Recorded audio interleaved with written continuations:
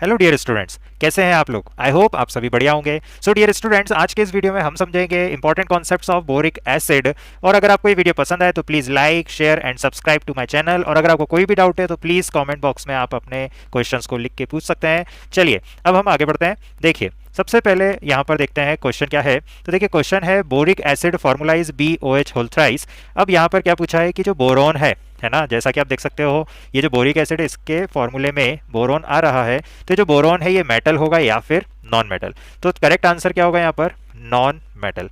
ठीक है। अब यहाँ पर एक और क्वेश्चन पूछा गया है कि बोरोन का ग्रुप कौन सा है। तो करेक्ट आंसर क्या होगा, बोरोन किस में आता है, 13th ग्रुप में आता है। ओके, और इस ग्रुप का ये अकेला ऐसा एलिमेंट है जो कि नॉन मेटल है। चलिए नेक्स्ट क्वेश्चन देखते हैं। तो नेक्स्ट क्वेश्चन है आपका ट्रू एंड फॉल्स। तो यहाँ पर क्या पूछा है, oxy acid. Okay, oxy acid जो होते हैं एक ऐसे एसिड्स होते हैं जहाँ पर ऑक्सीजन और हाइड्रोजन दोनों प्रेजेंट होते हैं। तो यहाँ पर आपको बताना है कि जो ऑक्सी एसिड्स हैं नॉन मेटल्स के, ये इनकी जो स्ट्रेंथ है वो इंक्रीज होती है फ्रॉम लेफ्ट टू राइट। और आपको बताना ये ट्रू है या फिर फॉल्स। ठीक है। तो अगर हम देखें तो ये तीनों यहाँ पर बोरोन का ऑक्सी एसिड है, कार्बन का ऑक्सी एसिड है और नाइट्रोजन का ऑक्सी एसिड है। तो यहाँ पर ये जो स्ट्रेंथ है आप देख सकते हो इंक्रीज हो रही है लेफ्ट टू राइट, है ना। पीरियड में अगर आप जाते हो तो बोरोन के बाद में लेफ्ट से राइट जाते हो तो कार्बन मिलता है, कार्बन के बाद में नाइट्रोजन मिलता है। तो क्या ये स्ट्रेंथ ऑफ ऑक्सी एसिड सही है। तो करेक्ट आंसर क्या होगा, यस, ये क्या है, ट्रू है। तो अब से आप याद रखेंगे कि लेफ्ट टू राइट जब हम जाते हैं तो ऑक्सी एसिड की स्ट्रेंथ क्या होती है, नॉन मेटल के ऑक्सी एसिड की स्ट्रेंथ इंक्रीज होती है। चलिए अब यहाँ पर नेक्स्ट क्वेश्चन क्या पूछा गया हमसे कि ऑर्थोबोरिक एसिड और बोरिक एसिड सेम होते हैं। ये आपको बताना है ट्रू है या फिर फॉल्स। तो बिल्कुल सही है। देखिए ऑर्थोबोरिक एसिड और बोरिक एसिड कुछ भी आप लिख सकते हो, दोनों के ही फॉर्मूले क्या होते हैं, H3BO3, जिसको समटाइम्स इस तरह से भी आपको लिखा हुआ दिखाई देता है।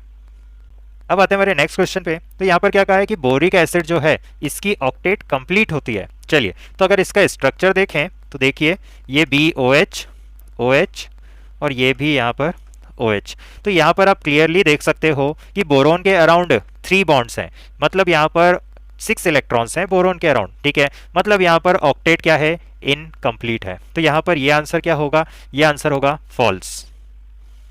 अब यहाँ पर मैं आपको एक और इंपॉर्टेंट पॉइंट बताना चाहूँगा जो कि आपके काम आएगा। देखिए क्या होता है, जैसा अभी हमने देखा कि बोरोन की ऑक्टेट है इनकम्प्लीट। तो क्या होता है, ये जो ऑक्सीजन एटम्स है यहाँ पर ये आप देख सकते हो इनके पास में क्या है, लोन पेयर ऑफ इलेक्ट्रॉन्स। तो ये बोरोन क्या करता है, थोड़ी सी दोस्ती करता है इन ऑक्सीजन के साथ में, क्योंकि ऑक्सीजन के लोन पेयर कहाँ पर है, 2p वैलेंस शेल में। ठीक है, और बोरोन का भी जो वैकेंट ऑर्बिटल है जब आप इसका कॉन्फ़िगरेशन लिखोगे तो 1s2 2s2 2p1 होता है ना। तो 2p इसका क्या है, वैकेंट है। ठीक है, तो ये जो ऑक्सीजन है, ऑक्सीजन के लोन पेयर ऑफ इलेक्ट्रॉन्स भी 2p में है और इसका जो बोरोन का 2p1 है तो 2p खाली है।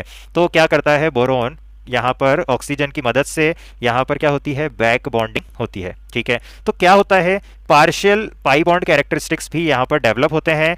मेरा मतलब अभी यहाँ पर बताने का क्या है कि ये जो वीक लिविस एसिड है ये, क्योंकि यहाँ पर ऑक्टेट इनकम्प्लीट है, बट स्टिल कुछ यहाँ पर इलेक्ट्रॉन्स की डेफिशिएंसी को कम कर देता है कौन, ऑक्सीजन। ऑक्सीजन इसकी मदद करता है अपने लोन पेयर ऑफ इलेक्ट्रॉन्स को बैक डोनेट करके। ये आपने देखा कुछ इस तरह से जैसे यहाँ पर हो रहा है।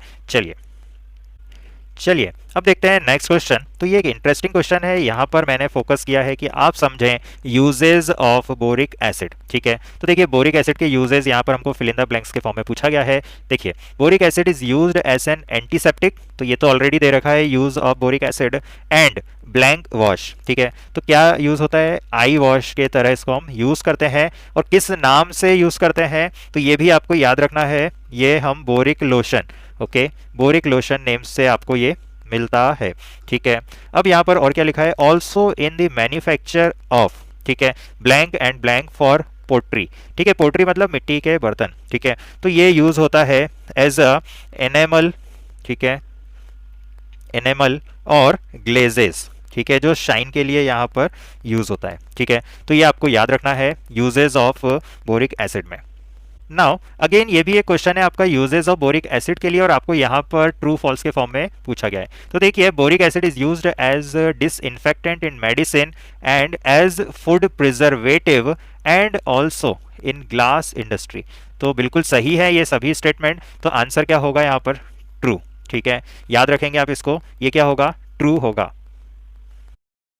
चलिए अब देखते हैं नेक्स्ट क्वेश्चन। तो यहाँ पर क्या कहा गया है, boric acid is soft needle like crystals and have सोपी टच। ओके, तो ये बिल्कुल सही स्टेटमेंट है, ट्रू यहाँ पर आंसर होगा। और इसीलिए क्योंकि इसका सोपी टच होता है, ओके, सो ड्यू टू इस सोपी टच ये यूज होता है कैरम बोर्ड में। ओके, अगर आपने कैरम बोर्ड खेला होगा तो जो आप पाउडर वहाँ पर स्प्रे करते हो ताकि वहाँ पर क्या आ जाए, उसमें सोपी टच आ जाए आपके कैरम बोर्ड पे, तो यहाँ पर आपको याद रखना है बोरिक एसिड यूज होता है। अब इसका रीजन क्या है, तो रीजन ये होता है कि यहाँ पर बोरिक एसिड में क्या होता है, शीट लाइक स्ट्रक्चर होता है ना, तो ये एक दूसरे के ऊपर क्या कर सकता है, ग्लाइड कर सकता है ना, तो ये आपको याद रखना है। चलिए अब देखते हैं next question, oxidation state of boron in H3BO3। तो देखिए बहुत ही आसान सा क्वेश्चन है। हाइड्रोजन की ऑक्सीडेशन स्टेट होती है +1, बोरोन के मान लेते हैं x, और ऑक्सीजन की है -2। तो अगर यहाँ पर देखोगे तो +1 हाइड्रोजन का, और कितने हाइड्रोजन है 3, बोरोन की मान लेते हैं x, और यहाँ पर 3 ऑक्सीजन एटम जिसमें हर एक ऑक्सीजन की क्या है -2, तो ये हो जाएगा 3 + x -6, और ये किसके इक्वल होगा, 0 के। तो x यहाँ पर क्लियरली आपका आंसर आ जाता है +3, तो आंसर आ गया हमारा +3। तो चलिए अब देखते हैं नेक्स्ट क्वेश्चन क्या पूछ रहा है, boric acid is having 2D और 3D स्ट्रक्चर। तो अभी मैंने आपको बताया था कि जो BOH होल थ्राइस है बोरिक एसिड होता है, इसका सोपी टच क्यों है, क्योंकि यहाँ पर लेयर्स जो है एक दूसरे के ऊपर स्लाइडिंग कर सकती है। और क्यों कर सकती है, क्योंकि यहाँ पर कैसा स्ट्रक्चर है, 2D स्ट्रक्चर है। तो 2D और 3D में क्या करेक्ट होगा, 2D। चलिए इसके आगे पढ़ते हैं, hybridization of boron in boric acid. तो देखिए बोरिक एसिड का अगर हम यहाँ पर हाइब्रिडाइजेशन देखें तो ये प्लेनार है, अभी मैंने आपको बताया 2D के फॉर्म में है, ठीक है। तो हाइब्रिडाइजेशन जब प्लेनार है और यहाँ पर 3 बॉन्ड्स आपको दिख रहे हैं, तो क्या होगी, बोरॉन की sp2, तो यहाँ पर हाइब्रिडाइजेशन विल बी sp2। चलिए अब यहाँ पर नेक्स्ट क्वेश्चन में हमको ये जो रिएक्शन है इसको कंप्लीट करना है। ये देखिए boric acid BOH whole thrice, इसको आप ऐसा भी लिख सकते हो, ठीक है। अब देखिए इतनी देर से हम बोल रहे हैं बोरिक एसिड या फिर ऑर्थोबोरिक एसिड, तो इसमें आप क्लियरली देख सकते हो एसिडिक नेचर तो है ये, ठीक है। अब एसिडिक नेचर है और आपने इसको पानी में डाला, तो देखिए क्या होता है, ये जो BOH होल थ्राइस है इसका स्ट्रक्चर थोड़ा सा आप देख लीजिए। देखिए अब ये प्रोटॉन नहीं देता है, ठीक है, मतलब it is not a protonic या फिर प्रोटिक एसिड, ठीक है, बल्कि ये एक ब्रॉन्स्टेड एसिड होता है। ब्रॉन्स्टेड एसिड कौन होते हैं, जो कि लोन पेयर को एक्सेप्ट करते हो, ठीक है। और अरेनियस एसिड कौन होते हैं, जो कि H पॉजिटिव को देते हो, मतलब प्रोटॉन को देते हो अगर पानी में डालते हैं तो, ठीक है। बट ये अरेनियस एसिड नहीं होता है, ठीक है। यहाँ पर आप देख सकते हो बोरोन की ऑक्टेट है इनकम्प्लीट, तो ये पानी से क्या ले लेगा, OH नेगेटिव, और OH नेगेटिव लेके अब यहाँ पर क्या बन जाएगा, BOH4 नेगेटिव, ठीक है। तो अब आपको ये तो मिल गया BOH4 नेगेटिव, ठीक है। और अब ये OH नेगेटिव इसने पानी से निकाला, तो पानी में बाकी क्या बच गया, H पॉजिटिव, ठीक है। तो आप तो यहाँ पर आप देख सकते हो हमारा ये जो कंपाउंड है BOH होल थ्राइस, इसको पानी में डालने पर क्या आ गया है, H पॉजिटिव, या फिर concentration of H positive increase हो गया है, and that's why we can say कि इसका नेचर कैसा है, एसिडिक, ठीक है। अब देखते हैं हमारे नेक्स्ट क्वेश्चन को। तो नेक्स्ट क्वेश्चन में आपसे पूछा है correct relation x greater than y, x less than y, x equal to y। अब क्या है ये x और y, तो देखिए आगे के क्वेश्चन में वही हमको डिस्क्रिप्शन दे रखा है। देखिए bond length between boron and oxygen in this boric acid, ठीक है, कितना है, x पिकोमीटर, मतलब बोरोन और ऑक्सीजन के बीच में कितना है, x पिकोमीटर। और BOH4 नेगेटिव, इसमें बोरोन और ऑक्सीजन के बीच में बॉन्ड लेंथ कितना है, y पिकोमीटर, ठीक है। आपको कंपेयर करना है, ये 3 ऑप्शंस दे रखे हैं आपको, x और y के बीच में क्या रिलेशन होगा। तो देखिए बोरिक एसिड का सबसे पहले मैं स्ट्रक्चर ड्रॉ करता हूँ, ये देखिए, ये देखिए, देखते जाइए। देखिए अब BOH4 नेगेटिव का स्ट्रक्चर ड्रॉ करते हैं, तो देखिए BOH4 नेगेटिव में ये स्ट्रक्चर होगा, ठीक है, ये आप देख सकते हो BOH4 नेगेटिव में। अभी हम लोगों ने देखा था ये पानी में डालने पर OH नेगेटिव गेन करता है, और ये आ गया आपका BOH4 नेगेटिव का स्ट्रक्चर, ठीक है। अब देखिए थोड़ी देर पहले मैंने आपको बताया था कि यहाँ पर क्या होता है, ऑक्सीजन लोन पेयर्स को बैक डोनेट करता है, एंड ड्यू टू दिस यहाँ पर कुछ पाई बॉन्ड के कैरेक्टरिस्टिक्स आ जाते हैं। वहीं पर इस बोरोन को देखोगे तो इसकी ऑक्टेट क्या है, कंप्लीट, इसकी ऑक्टेट क्या हो गई है, कंप्लीट, तो यहाँ पर बैक डोनेशन नहीं होगा। अब देखिए यहाँ पर सिर्फ सिग्मा बॉन्ड है, और जबकि यहाँ पर पाई आ चुका है, तो पाई या फिर कुछ पार्शियल डबल बॉन्ड कैरेक्टरिस्टिक्स आने के कारण बॉन्ड लेंथ जो रहेगी इसमें वो क्या हो जाएगी, कम हो जाएगी, ठीक है, क्योंकि ये जो है बॉन्ड लेंथ ये है x और यहाँ पर ये है y, है ना। तो ड्यू टू बैक बॉन्डिंग यहाँ पर x क्या होगा, लेस देन y, ठीक है। अब यहाँ पर एक और इंपॉर्टेंट चीज आपको बताना चाहूंगा, ये आप देख सकते हो बोरोन, यहाँ पर तो बोरोन के अराउंड कितने बॉन्ड्स हैं, मतलब 3 बॉन्ड्स हैं, ठीक है। तो इसका हाइब्रिडाइजेशन क्या होगा, sp2, ये प्लेनार है। वहीं पर इसमें BOH4 नेगेटिव में अगर आप देखते हो ध्यान से तो यहाँ पर है 4 बॉन्ड्स, और ये हो जाएगा टेट्राहेड्रल, मतलब sp3 हाइब्रिडाइजेशन। वैसे हमसे इस क्वेश्चन में पूछा नहीं है, फिर भी मैंने आपको बता दिया। अब x और y की बात करें तो x अभी हमने देखा लेस होगा देन y, तो ऑप्शन क्या होगा, बी करेक्ट होगा। Okay dear students, next question है boric acid is not a protic acid, तो ये क्या होगा, ट्रू। अभी हम लोगों ने देखा था कि बोरिक एसिड को पानी में डालते हैं तो वो OH नेगेटिव को एक्सेप्ट करता है, ठीक है, तो प्रोटॉन नहीं देता है, तो हम बोल सकते हैं कि it is not a protic acid. चलिए नेक्स्ट क्वेश्चन क्या है कि बोरिक एसिड आपका not a protic acid but a Brønsted acid. Protic acid नहीं है मतलब अरेनियस एसिड नहीं है, बल्कि ब्रॉन्स्टेड एसिड है, लोन पेयर ऑफ इलेक्ट्रॉन्स को एक्सेप्ट करता है। हमने अभी देखा था जब पानी में डालते हैं तो OH नेगेटिव से ये इलेक्ट्रॉन पेयर ले लेता है, मतलब ये स्टेटमेंट क्या है, ट्रू। तो आंसर क्या होगा आपका, ट्रू। चलिए अब देखते हैं हमारे नेक्स्ट क्वेश्चन को, in solid state structure of boric acid, ठीक है, how many members in the ring are there due to hydrogen bonds, या फिर हाइड्रोजन बॉन्डिंग के कारण। तो चलिए इस क्वेश्चन को अच्छे से समझने के लिए सबसे पहले हम देखेंगे स्ट्रक्चर ऑफ बोरिक एसिड। तो देख सकते हो यहाँ पर H3BO3 का मैंने यहाँ पर एक यूनिट यहाँ पर लेकर आपको दिखाया है, बट सॉलिड स्टेट में क्या होता है, यहाँ पर और भी कई सारे BOH होल थ्राइस के यूनिट्स होते हैं और उनके बीच में होती है हाइड्रोजन बॉन्डिंग। तो यहाँ पर मैं एक और यूनिट से आपको थोड़ा सा समझाने की कोशिश करता हूँ।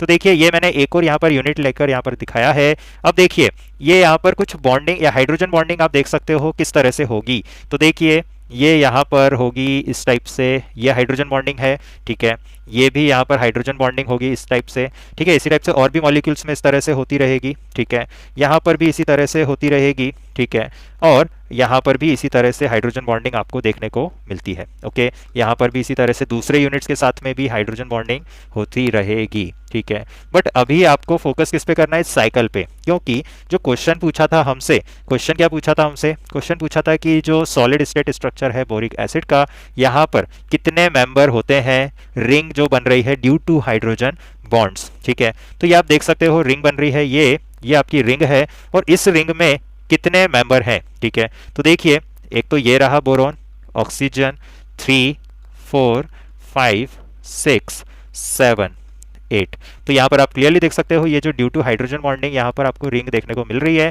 इसमें कितने एटम्स हैं, 8, मतलब मेंबर्स कितने हो गए, 8, ठीक है। तो हमारे क्वेश्चन का आंसर आ चुका है 8 मेंबर्स, ठीक है। अगर इसके अलावा आपसे और कोई क्वेश्चन एग्जाम में पूछा जा सकता है तो वो और क्या पॉसिबिलिटी हो सकती है, वो ये पूछा जा सकता है कि रिंग में कितने बोरोन है। तो देखिए 2 बोरोन एटम्स हैं, कितने ऑक्सीजन एटम्स हैं, तो 4 ऑक्सीजन एटम्स हैं, और कितने हाइड्रोजन है, 2 हाइड्रोजन एटम्स हैं। टोटल करोगे तो आपको मिल जाएगा 8। चलिए अब यहां पर हम देखते हैं next question, H3BO3 is monobasic, ठीक है। हमने देखा था कि यहाँ पर BOH होल थ्राइस को कि ये यहाँ पर अगर आप पानी में डालते हो तो H पॉजिटिव ये यहाँ पर रिलीज इनडायरेक्टली करता है, डायरेक्टली नहीं करता है, ठीक है। और यहाँ पर आपने देखा था कि जो H3BO3 है, ठीक है, ये OH नेगेटिव को एक्सेप्ट करता था और क्या बनाता था, ये बनाता था BOH4 नेगेटिव। तो कितने OH नेगेटिव को एक्सेप्ट कर रहा है, ये 1, तो 1 का मतलब ये हो गया मोनो बेसिक, ठीक है। चलिए ये तो हम देख चुके थे, ठीक है, तो मोनो बेसिक है, इतना ट्रू दिख रहा है। वीक लेविस एसिड होता है, ये भी सही है, ठीक है, लोन पेयर ऑफ इलेक्ट्रॉन्स को लेता है, ये भी हमने देखा, बट स्ट्रॉन्ग देन फिनॉल। तो यस, अब से आपको याद रखना है कि फिनॉल से तो ये स्ट्रॉन्ग होता है, ऑल्दो दोनों ही काफी वीक एसिड्स हैं, तो ये भी आपको याद रखना है। इसका जो pKa होता है बोरिक एसिड का, ये होता है अराउंड 9.25, और फिनॉल का pKa ये 9.25 से ज़्यादा होता है, अराउंड 9.5 के वैल्यू के अराउंड। वहीं पर अगर हम फिनॉल की बात करें तो फिनॉल का जो pK होता है ऑलमोस्ट 10 के आसपास होता है, ठीक है। तो एग्जैक्ट वैल्यू तो 9.98 होती है, बट आप अराउंड 10 के आसपास याद रख सकते हो। तो pKa ज़्यादा है किसका, फिनॉल का, तो Ka कम होगा फिनॉल का, और फिनॉल का Ka कम होना मतलब वीक एसिड देन आपका बोरिक एसिड। चलिए ये इंक्रीजिंग सो डियर स्टूडेंट्स, चलिए इंपॉर्टेंट कॉन्सेप्ट है नेक्स्ट क्वेश्चन में। देखिए क्या कह रहा है ये, acidic nature of BOH whole thrice that is your orthoboric acid can be increase by adding cis diol. तो देखिए आपका जो बोरिक एसिड होता है, ठीक है, अभी मैंने आपको बताया कि अगर आपने सपोज इसको पानी में डाला तो ये आपको क्या दे देता है, ये आपको BOH4 नेगेटिव दे देता है, ठीक है, और यहाँ पर H पॉजिटिव रिलीज हो जाता है और ये वीक एसिड होता है, तो कुछ इस तरह से यहाँ पर इक्विलिब्रियम चलता रहता है, ठीक है। अब यहाँ पर अगर हमने सिस डायोल डाला, ठीक है, याद रखेंगे कोई भी सिस डायोल अगर आप डालते हो तो क्या होता है, ये देखिए। अब आपको फोकस करना है इस BOH4 नेगेटिव पर। सो अगर आप इसका नाम जानना चाहते हैं तो BOH4 नेगेटिव को क्या बोल सकते हैं, टेट्रा हाइड्रोक्सी बोरेट, ठीक है, टेट्रा हाइड्रोक्सी बोरेट आयन, ठीक है, या फिर एनायन बोल सकते हैं।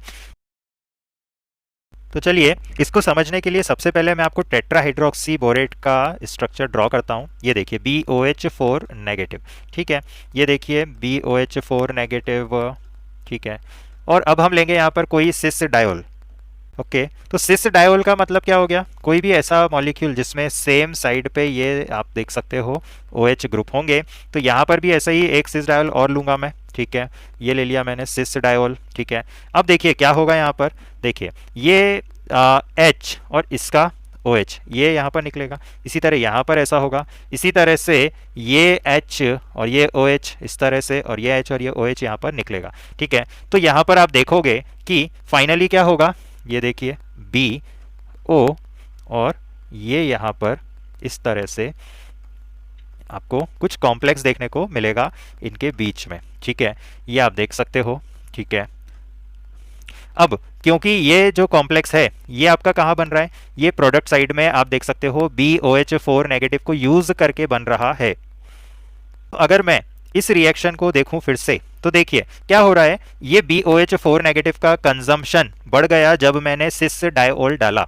तो सिस डायोल को डालने से इसका कंजम्पशन बढ़ा, मतलब प्रोडक्ट का कंजम्पशन बढ़ा, और प्रोडक्ट का कंजम्पशन बढ़ा तो इक्विलिब्रियम कहाँ पर शिफ्ट होगा, आप याद करो लीच एटेलियर प्रिंसिपल। अगर हम यहाँ पर प्रोडक्ट को रिमूव करेंगे तो इक्विलिब्रियम राइट में शिफ्ट होगा। राइट में शिफ्ट होने का मतलब H पॉजिटिव हमको ज़्यादा मिलने लग जाएगा, और ज़्यादा मिलने लग जाएगा इसका मतलब H पॉजिटिव बढ़ा तो एसिडिक नेचर या एसिडिक स्ट्रेंथ भी बढ़ गई। तो यहाँ पर ये आंसर होगा ट्रू। करेक्ट क्या होगा इसका, ट्रू आंसर होगा।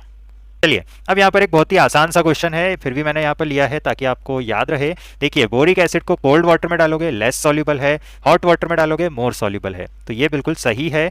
वैसे भी आप जानते हो टेम्परेचर अगर बढ़ाओगे तो सॉल्युबिलिटी क्या होगी, इंक्रीज।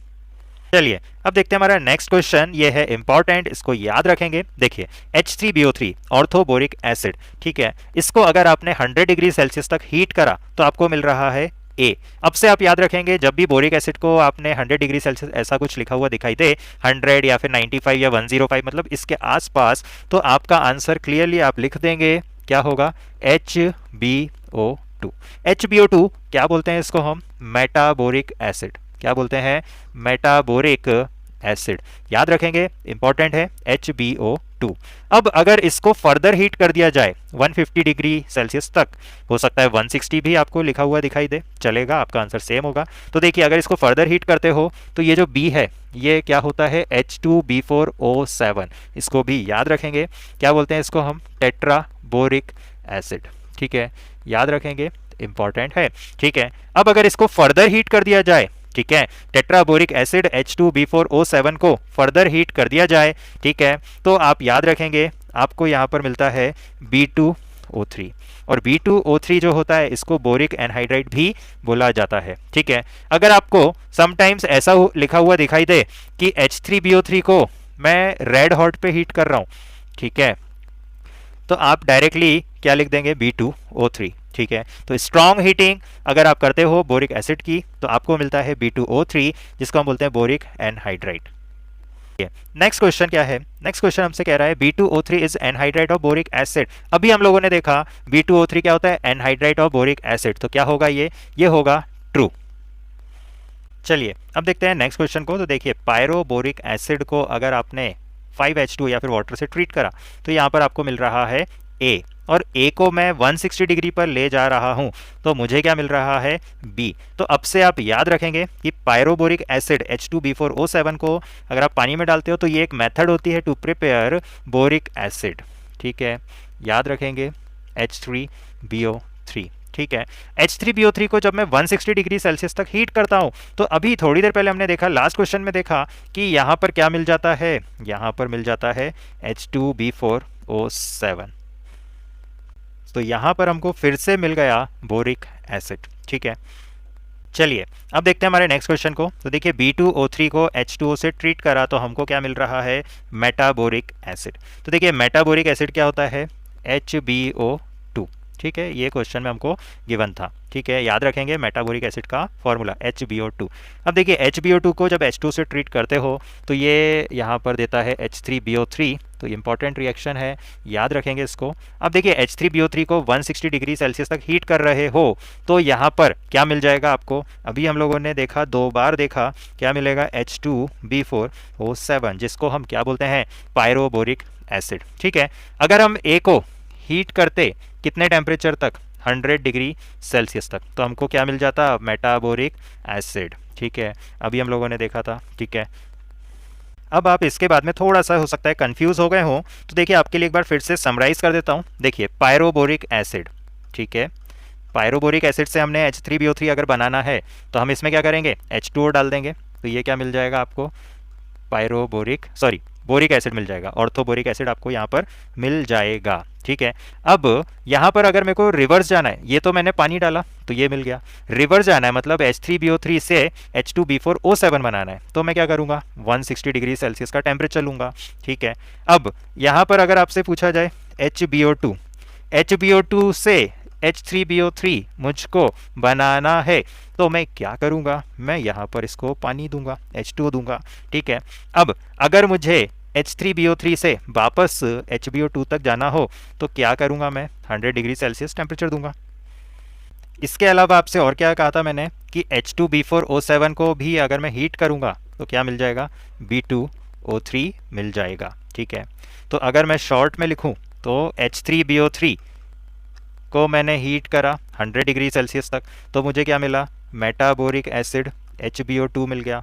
इसको भी मैंने 160 डिग्री तक हीट करा। ठीक है, तो आपको क्या मिल गया, तो आपको मिल गया पायरोबोरिक एसिड H2B4O7 मिल गया। और अगर इसको मैंने फर्दर हीट करा तो क्या मिल गया मुझे, B2O3। समटाइम्स क्या होता है, आपको ऐसा लिखा हुआ दिखाई दे सकता है कि ये रेड हॉट हीट करा, तब भी आप डायरेक्ट पहुंच जाएंगे B2O3 तक। समटाइम्स आपको ऐसा लिखा हुआ दिखाई दे सकता है कि 160 डिग्री।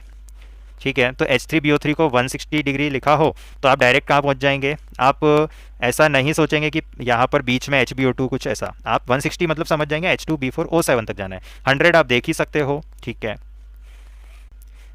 अब देखिए नेक्स्ट क्वेश्चन क्या है, H3BO3 बोरिक एसिड को इथाइल अल्कोहल में आपने क्या करा, ऐड करा, तो आपको क्या मिल रहा है, ट्राई इथाइल बोरेट के वेपर्स। ये आप देख सकते हो ट्राई इथाइल बोरेट, समटाइम्स आपको इथाइल बोरेट भी लिखा हो सकता है बुक्स में। ठीक है, तो ये जो ट्राई इथाइल बोरेट के वेपर आपको मिल रहे हैं, इससे रिलेटेड ही क्वेश्चन है हमारे पास में। क्या क्वेश्चन है, देखिए vapour of triethyl borate burns with green edge flame.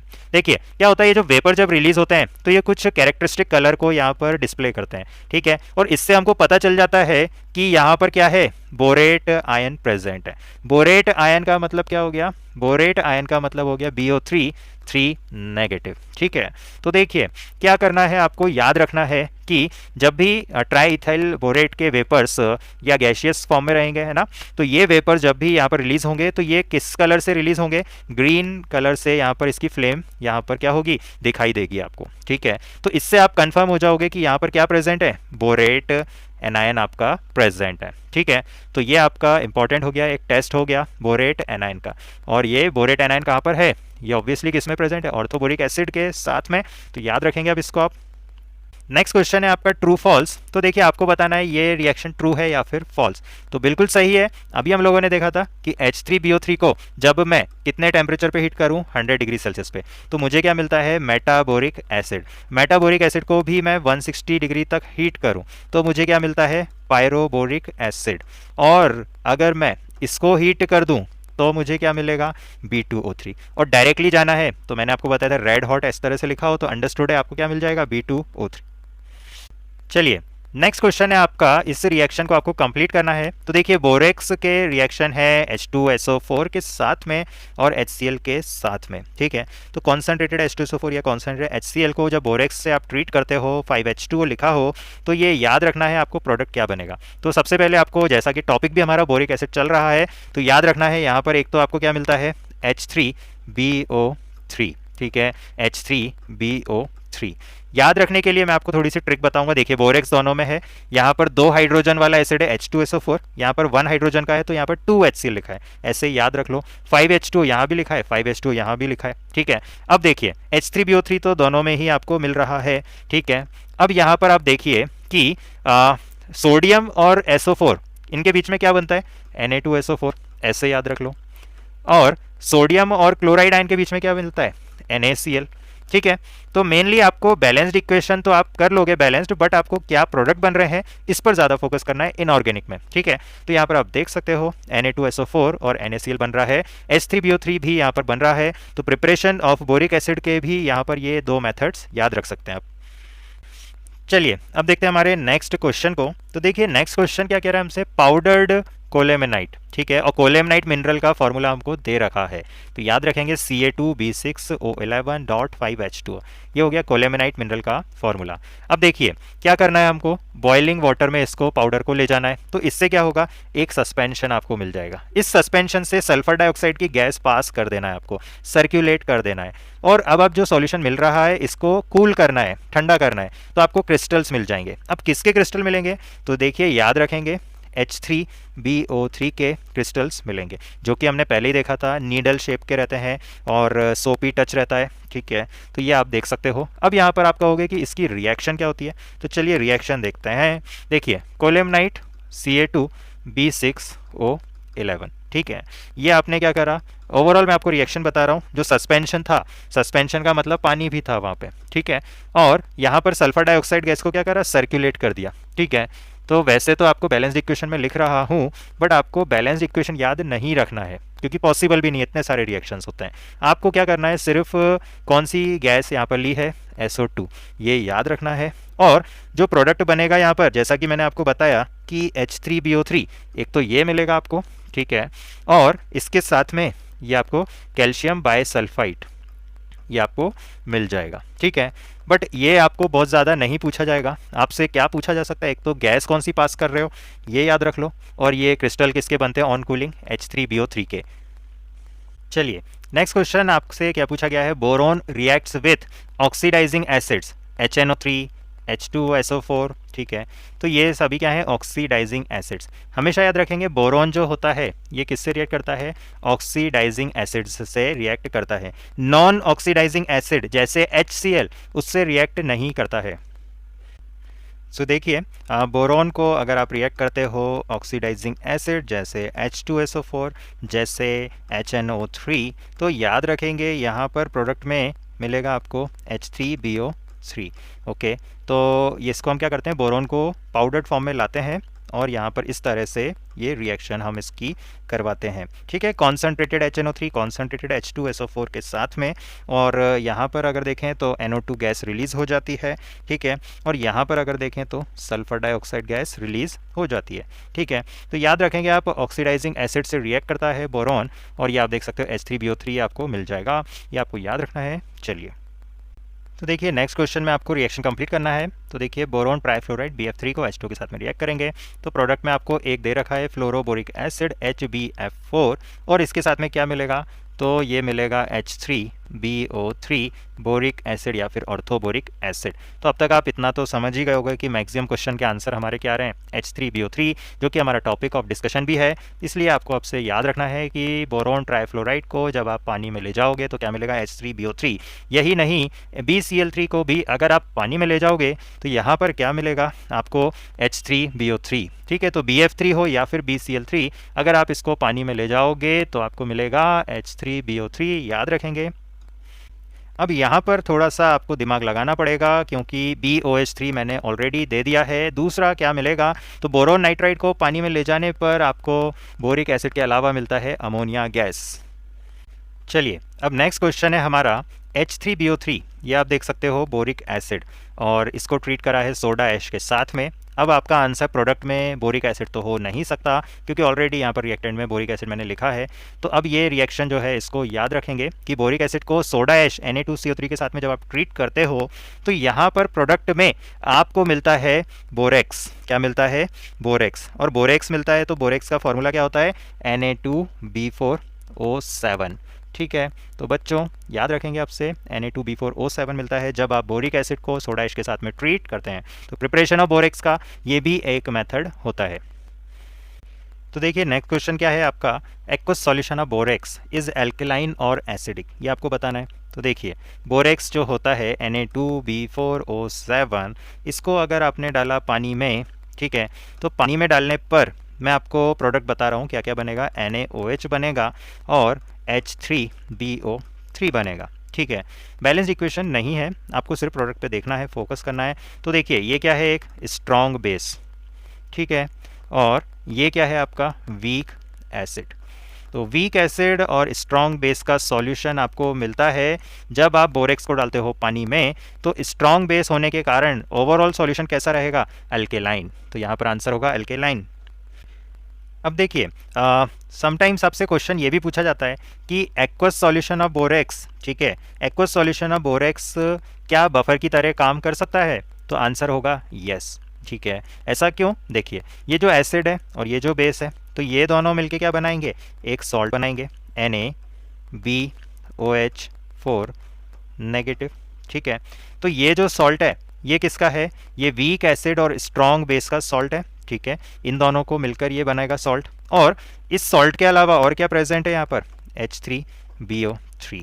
तो देखिए ये क्या हो गया? वीक एसिड, और ये क्या हो गया? सॉल्ट। किसका सॉल्ट है ये? Salt of weak acid and strong base. तो अगर आपने आयोनिक इक्विलिब्रियम पढ़ा होगा और वहाँ पर आपने बफर सॉल्यूशंस पढ़े होंगे, तो जब भी वीक एसिड और उसका सॉल्ट स्ट्रॉन्ग बेस के साथ में प्रेजेंट होता है तो इसको हम क्या बोल देते हैं? एक बफर सॉल्यूशन।